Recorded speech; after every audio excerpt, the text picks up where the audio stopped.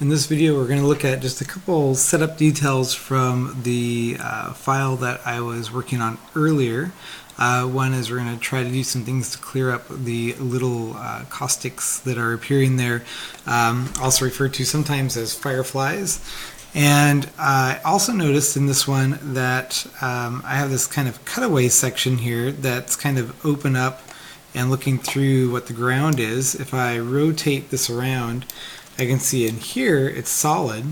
To fix that, all I'm going to do is with that ground selected, I'm going to do S, Y, and again I was a little bit further away from just the center of the object, and all I need to do is just move it a pinch, which that looked like that was enough there to seal it in. I think it's because the materials were overlapping a little bit and it did that. I don't know, might have just been a little glitch, one of those things. So I'm going to also tab into that though, and I'm going to select this face and the face on the other side, and I'm going to go ahead and go into my tools menu, and then I'm going to go to where it says shading. I'm going to select flat. So it looks like it should be flat because it's smashed up against the side there. And then I'm going to tab out of it. And there we go. So for my rendering here, I'm going to go into some of my other settings. And I actually don't want to move that down here. Just a second. Let's go like this. There we go. Fill up the side there. I'm going to expand this up like so. Okay, so in my properties editor, I'm going to go into my world settings, and I'm going to just make sure everything looks good here. I have my stuff set up pretty good. I don't want ambient occlusion on for this. I do want to make sure multiple importance is checked, and it should be by default now. It used to not be.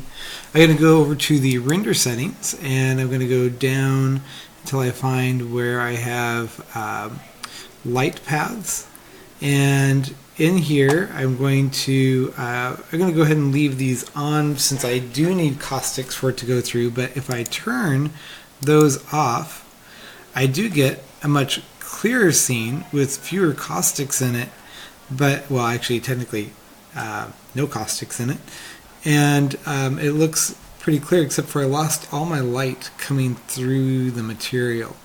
And I do have by default kind of caustics in there, of course. So I'm going to turn both reflective and refractive on. I'm going to go, there's some other places though where we can do more effect for those. And so I'm going to go ahead and go up a little bit into where I have sampling.